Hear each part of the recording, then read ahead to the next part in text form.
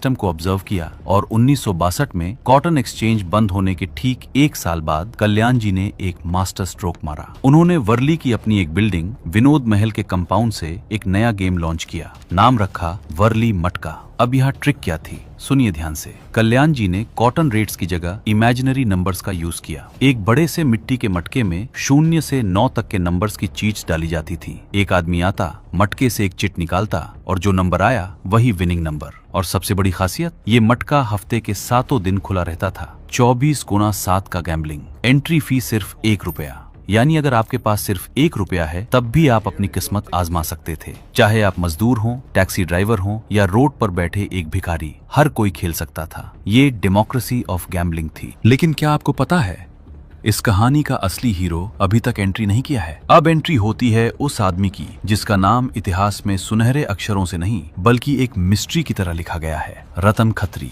जन्म 1947 के पार्टीशन से पहले कराची में एक सिंधी हिंदू परिवार में। पार्टीशन हुआ, परिवार सब कुछ छोड़कर मुंबई भागा। रिफ्यूजी की जिंदगी, कोई पैसा नहीं, कोई पहचान नहीं। रतन खत्री ने मुंबई के टेक्सटाइल मार्केट्स में काम शुरू किया। कॉटन एक्सचेंज की गैम्बलिंग को बहुत क्लोज से देखा और जब कल्याण जी भगत ने वर्ली मटका शुरू किया तो रतन खत्री ने एक डिसीजन लिया जो उनकी जिंदगी बदलने वाला था। उन्होंने कल्याण जी भगत के साथ काम करना शुरू किया। उनके मैनेजर बन गए। अब सोचिए, रतन खत्री मैनेजर तो थे लेकिन उनकी आंखें हर डिटेल पर थीं। ऑड सेटिंग कैसे होती है, नंबर डिक्लेरेशन कैसे होता है, पे आउट्स कैसे मैनेज होते हैं, रिस्क मैनेजमेंट क्या है। रतन खत्री ने पूरा गेम अंदर तक समझ लिया। लेकिन फिर आता है साल 1964। एक दिन कल्याण जी भगत और रतन खत्री के बीच किसी बात पर जबरदस्त बहस हो जाती है, इतनी बड़ी कि दोनों के रास्ते अलग हो जाते हैं। रतन खत्री गुस्से में घर पहुंचते हैं। दोस्त उनसे मिलने आते हैं और एक एडवाइस देते हैं, रतन भाई अब तुम अपना खुद का सिंडिकेट शुरू करो। और बस यहीं से शुरू हुई मटका की असली क्रांति।